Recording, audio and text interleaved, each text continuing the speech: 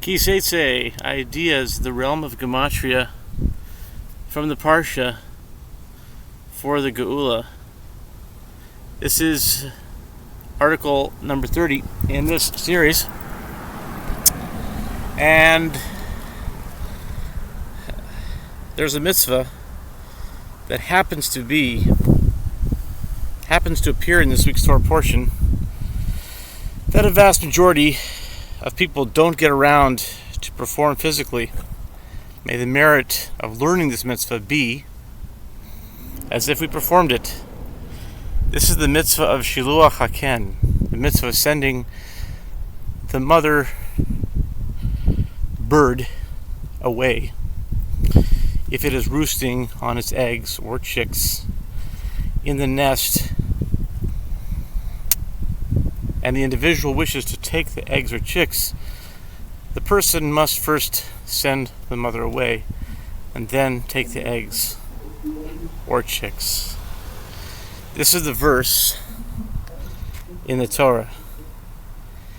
Ki yakare kan tzipor lefanecha baderech b'chol eitz o al haaretz efrochim o beitzim v'ha'em rovetzes al ha'efrochim o ha'beitzim lo tikach ha'em al ha'banim. If a bird's nest chances before you on the road, on any tree, or on the ground, and it contains fledglings or eggs, if the mother is sitting upon the fledglings or upon the eggs, you shall not take the mother upon the young. Deuteronomy 22 verse 6. Shaleach tishalach es ha'em ves habanim tikach lach lema'an yitav lach v'harach tayabim. You shall send away the mother, and then you may take the young for yourself, in order that it should be good for you and you should lengthen your days. Deuteronomy 22 verse 7. Why is the name of this mitzvah Shiluach HaKen, which literally means sending away the nest? It is not the nest that is sent away. It is the mother bird that is sent away.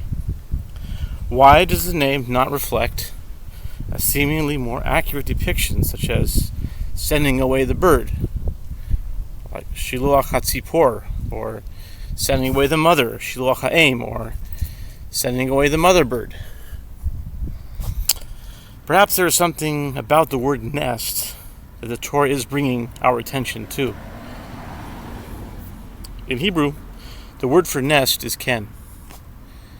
Some say kan, but others say ken. The word is ken, and in Gematria it has a numerical value of 150. The verse mentions that this nest may be found in a tree or even on the ground, a place where it would less often be found. The tree, the ground, and the nest, these can be seen as different dimensions, or even perhaps spiritual locations or worlds.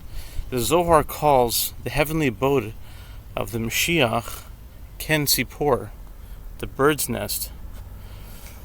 The number 150 that was mentioned regarding the numerical value of Ken earlier, nest, happens to be the exact numerical value of the Hebrew word for wing, which is kanaf.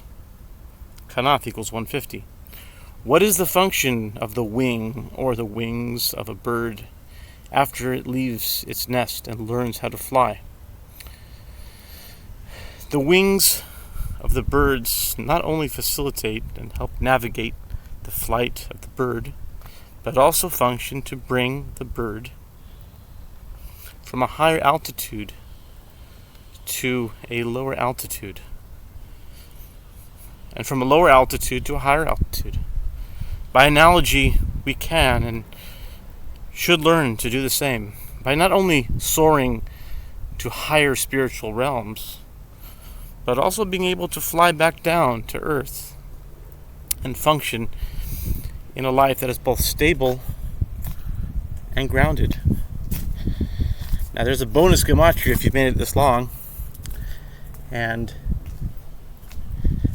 I'm walking on fuller. And I was told, and I read, that in this week's Parshah, it has one of the most amount of mitzvos. It might be longer than Mishpatim, or it might be less. But I remember that it was 74 mitzvos in this week's Parshah. And Fuller, F as in Frank, U as an umbrella, Larry, elephant, and Ralph, Fuller, has an English numerical value of 74. So it's apropos that it would turn out this week would be on Fuller. So have a great Shabbos.